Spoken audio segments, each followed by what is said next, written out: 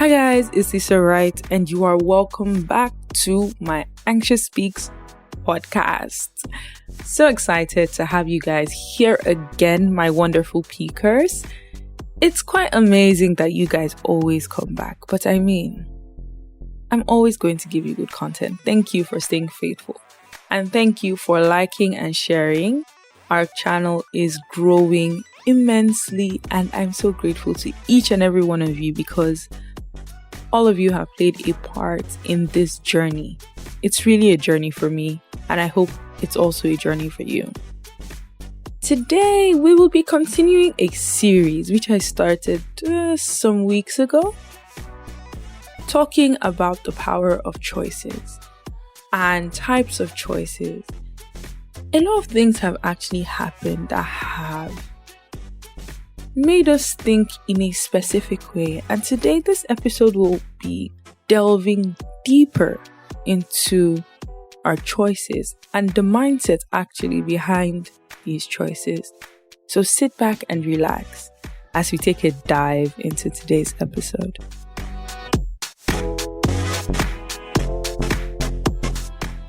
Now, there was a particular debate we had as children. I mean, mine was in primary school, but I think we still had that debate in secondary school as well. Doctors are better than teachers. Now, it wasn't only doctors are better than teachers. There were a lot of other occupations that were put on the line like this. And we were supposed to go home and do some research and come back with points to argue for or against the motion. Now, the problem in itself started from the topic, because children are easily imprintable. Like, the easiest person to teach is a child. So whatever points were made and whoever won that debate was automatically the winning side of it, meaning that whoever was listening more or less has in their head that, well, whoever won the debate actually won because their points were good. So if the people who were arguing that doctors are better than teachers won, then technically whoever was listening to that debate in their head would have some more points to justify that doctors are better than teachers. Now, the problem in that is the topic itself. Why are doctors better than teachers? Why should they be? And the debate largely centered around choosing whose position in society was more important. If I'm to make it as serious as that really was the argument. And that also still stems as to why a lot of children really don't like teachers or want to be teachers, aside the fact that they didn't really like their own teachers anyway. And there was the argument of teaching is a noble profession. And I'm like, well, you would have to argue for or against the motion. And again, it gave mindsets that it shouldn't have given, largely because of the topic. On what grounds are doctors better than teachers? If I was to look at it that way, what is your basis for comparing doctors to teachers? Is it in how many lives they save? Is it in who they influence? Is it in their impact in society? Because even if you look at it in all these areas, they each have a role to play in society. And I think that topic did more harm than good. If you listen to my previous episodes, I did this some weeks ago where I talked about this or that. So this is really a continuation of that episode where I'm highlighting how we have this unconscious bias towards choosing, towards our thought process on things. The mindset that one thing has to be better or higher than the other is something that has been embedded deep into our mindsets, that has caused a lot more problems than it has good. Because again, like I mentioned in that episode, people see things as only black or white, and they've left gray areas to be, well, non-existent. Because why on earth am I having a discussion with a child who knows nothing about the importance that each of these professions play in society or the technicalities to them getting there. Why am I asking a child to debate on something that serious? A debate that could somewhat change that person's mindset for good, change their mindset and their perception about that career path. Now, this is bad for society and it's bad for us in that we have now learned to think that two things cannot coexist. We have learned that it must be either this or this. They cannot coexist and they are competing for importance in society. And I'm like, that is wrong in itself, because no one has to be put down for you to be better. No role has to be downplayed for another role's importance to be highlighted. Every role has its role. Everything has its place. So it's bad enough because it goes deep down into our systems. Most conversations that people have are on people needing to choose between one person or the other, one talent or the other, which one is better. And what if both are good? What if both are even better? What if there is no best and everybody is on that level playing ground? What if they both have something to offer and you didn't need to make that choice if you actually thought about it deeply? Now, this goes deeper than just primary school debate system. I mean, this has gotten into arguments that people have had. I mean, we have the Messi Ronaldo comparison. For Nigerians, we have the Davido Wizkid Burna Boy comparison. We have the iPhone Android battle comparison. And last but not, I don't even like, this is not even the words, but this is one that I've been personally involved in: private school versus public school discussion.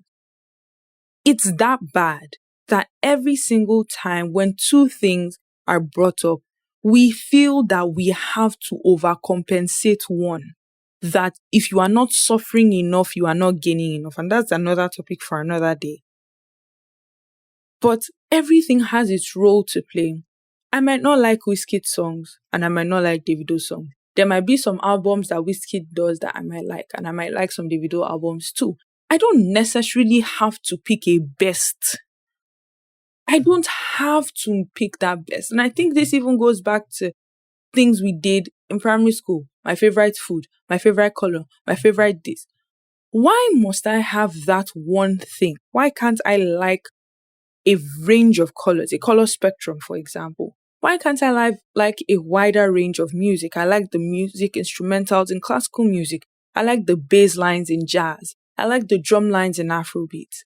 I can be whatever I want. I can like whatever I want. I can choose however I want. And my choice does not have to be played down for your choice. So you should be able to choose your choices as the best. And that does not make my choices any less than yours. It also does not make my choices any better than yours either. We just have choices. We have preferences, individual preferences directed to our unique states of mind. But we still don't get it, that it's not an either or. You do not have to pick one. They can both coexist on the same field and still be their best person. Messi and Ronaldo are equally good players. One might have a better track record. One might have better goal scoring in penalties. One might be taller. One might be shorter. They are their own unique people. They excel in their own spaces. If you put them both on the field, they will do their very best.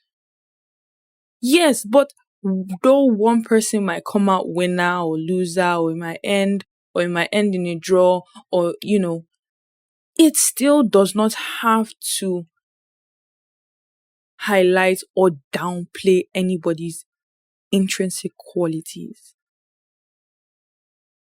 Some people really just have a bad FOMO quality, and they feel like unless they are portrayed as the best in that area, then they are losing. And I'm like, Who's talking about losing? Like, what are you even losing? An argument? Are you a child? Like, that literally what comes to my mind. Like, are you a child that you must at all costs? Like, people really don't even get the concept of we can agree to disagree. Your best might be Ronaldo. My best might be Messi. My best might be Wizkid. Your best might be Davido. It does not matter in the grand scheme of things, because whoever we are choosing to be our best might even get no award in the next season. And we're not even going to get paid for it regardless. So your best literally does not affect anybody but yourself and your mindset. And it keeps you in a box because you feel like you set standards for them that they will never set on themselves. I mean, Christian Twitter had this amazing response to some set of people who were trying to do the comparison between some of the Christian musicians. And I was so happy when I saw the responses. So like the thread was comparing like some Christian musicians, one to the other, one to the other. And a lot of people on Christian Twitter reacted. And guess what they were saying? That, everybody has their own place. Some people do better in chant. Some people do better in Afrobeat. Some people do better in slow, calm worship music. Some people do better in very energetic music. And they acknowledge that everybody had their role to play. And for me, that was one of the greatest mind shifts that I have personally experienced as a Christian. That we could all come to the agreement that we are not comparing these guys to each other. We have acknowledged that they each have their value to us. And I think this mindset, when expanded to general society, when expanded to mindset concerning things, occupations, places, processes, these things will greatly help us move forward. When you are thinking of a process and you know that you can't use only one way to get to the end, there are multiple ways, and you're willing to incorporate every way. You're willing to incorporate multiple things into one process. You're willing to allow flexibility. You're willing to see that there is no one way to get there. Yes, that might be the only way you know of, but that is not the only way that exists. Once you let your mind be open to the possibility that there are many ways to be better, there are many ways to view the best. My perception of excellence will be definitely different from others' perceptions of excellence. It's not perfection, because perfection is really a social construct. No one is perfect. Every day we see updates to softwares and systems because nothing can really attain that level of perfection that we want. No matter how good a system is built, there will always be room for improvement. And once you can see that, once you can stop boxing yourself into having to or needing to choose between left or right, once you see that two things can peacefully coexist, they don't literally have to cancel out each other, it's a lot easier for you to go through life and accept some things, some areas. Yes, I admit there are some things that will remain standards. There are some things that will never change. But there are some choices that are choices because you have imposed them on yourself. Not necessarily because society said you should anyway, but because you felt the need to put yourself in that box. One thing I would always acknowledge is that sometimes we might be a bit lazy, because having multiple choices gives us a sense of complexity to our choices. It makes us think that the choices are more complex than they are. So we try to narrow them down into one of two choices. And we think that it's a lot easier for us to manage, but it's not. It actually makes things a lot more complex because you are blocking out possibilities, opportunities, just by trying to build a funnel and narrow two straight lines, when life is not really a straight line. Life's a bundle of choices. And I mean, trying to narrow that down into two might be a bit limiting for you. Anyways, I hope that beyond all reasonable doubt, I was able to convince you and not confuse you that, well, life isn't really just a debate on who's better. Sometimes, maybe, just maybe, you don't need better. You just need everything. Feel free to make your choice, but don't impose that choice on others anyways. Alright guys, thank you so much for staying up until the end of this episode. It has really been an amazing time. I do hope that you really enjoyed this episode, and I hope you have a lot more perspectives on what choices are and what they shouldn't be. Until next time, I remain Lisa Wright. Remember to share this with your friends, like and subscribe. Tell everyone you want to know. And let's all build this mindset shift together, okay? Catch you on the next episode. Bye.